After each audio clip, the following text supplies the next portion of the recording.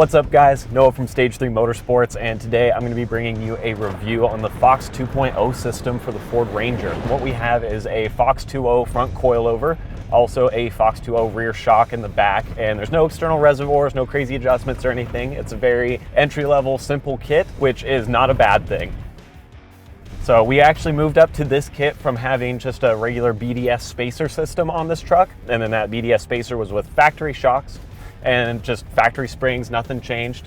So this was a pretty big step up from just doing the leveling spacer, which that gave us 2 inches of lift. That allowed us to fit a little bigger tire. We still had to cut in the fenders to make some room, but it got the job done.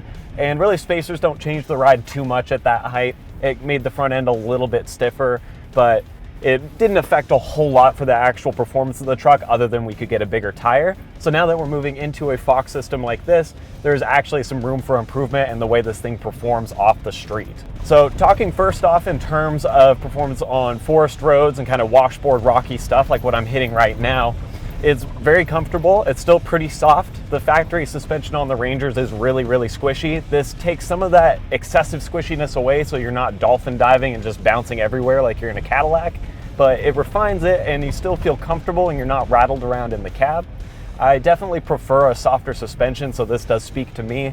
I know some folks do like a suspension that's a bit on the stiffer side and maybe a little bit more rugged and truckish.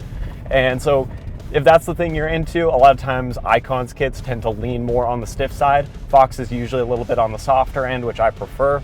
So it does feel really good in this vehicle, and driving these back roads, you can go for hours without feeling like the truck's rattling apart or you're going to be massively fatigued. The bigger bumps and heavier hits will sometimes bottom this out.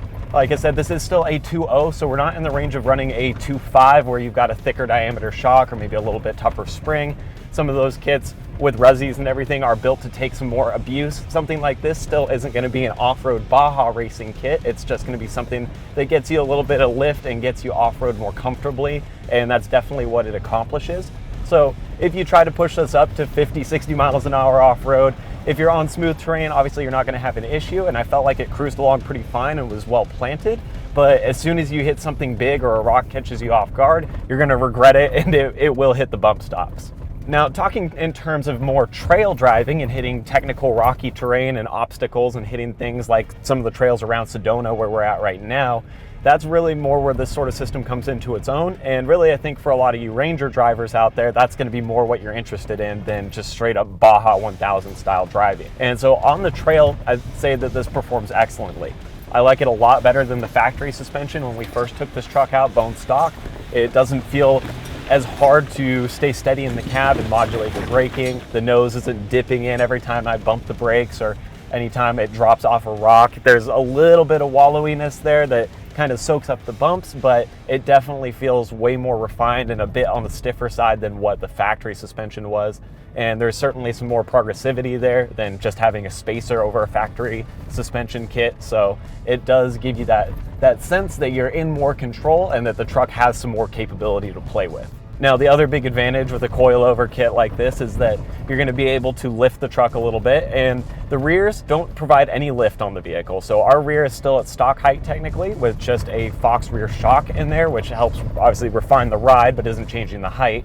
The front, on the other hand, is adjustable from either factory ride height up to like 2 inches max, and I typically don't like to max out these stage 1 systems or any 2.0 just because it ruins the ride once you hit that limit. So I mean, we're definitely close to it, but the front's sitting just slightly lower, just enough to give it some give, and that's still plenty. Like I said, we're right within that 2 inch range where we're still clearing the 32.8 inch tires that we put on here, and all the trimming that I did from the spacer that we had beforehand still works. So the truck doesn't have a lot of issues there in clearing that tire, and obviously that gives us an advantage off-road of getting a little bit more height from the tire, more traction, and just makes it more trail capable. You're also improving your approach angle a little bit and getting yourself that little bit of additional clearance to get you over bigger obstacles.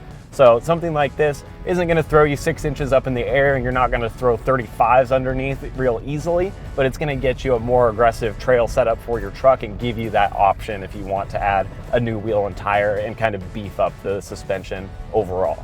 Now, I did mention the rear shocks briefly there. As I said, they don't add any additional height, but they are a big advantage over the super soft factory shocks.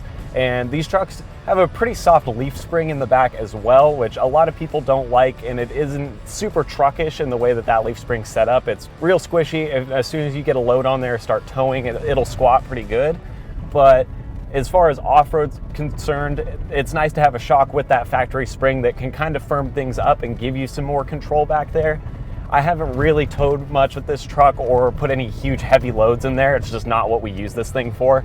It does have a constant weight on it from the rack and the tent and the deck system though, so that is a decent amount of just kind of consistent weight that sits in the back with how we built the vehicle, and these Fox shocks still feel like they manage that weight pretty decently. It maybe sometimes is a little too squishy running off-road with that much weight in the back, but that's not so much a ding on the Foxes as much as it is that we just loaded this truck up with gear. And so it's still plenty capable, and I haven't felt like we've hit the limits really of pushing it so hard that we're gonna break something or that we haven't been able to get through any areas. Everything we've hit, we've managed to work a good line, crawl over some steep rock ledges.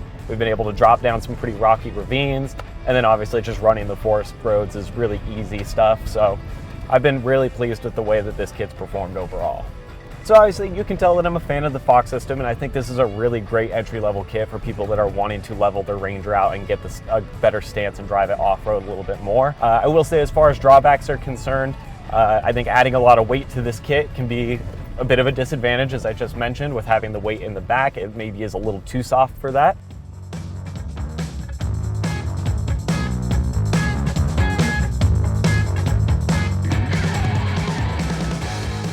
And at the price that this kit comes in at and the simplicity of getting it installed and just how well it works, it's pretty small gripes for a kit that I think a lot of guys are going to be really satisfied with. It's also worth noting that the build quality on these is excellent. We've never had an issue with Fox's build quality on any of their suspensions that we ran on F-150s, our Raptor, on this truck, nothing. Them and Icon typically kind of dominate the stuff we do because we like both of those systems and they're both very durable. I feel like this is no exception. It has held up extremely well with us beating it a little harder than we should at certain points, or maybe hitting certain obstacles. We'll sometimes pick a bad line just to kind of beat on things and see what they'll do. And the Foxes haven't given us any complaints, so I'm definitely pleased with the overall build quality.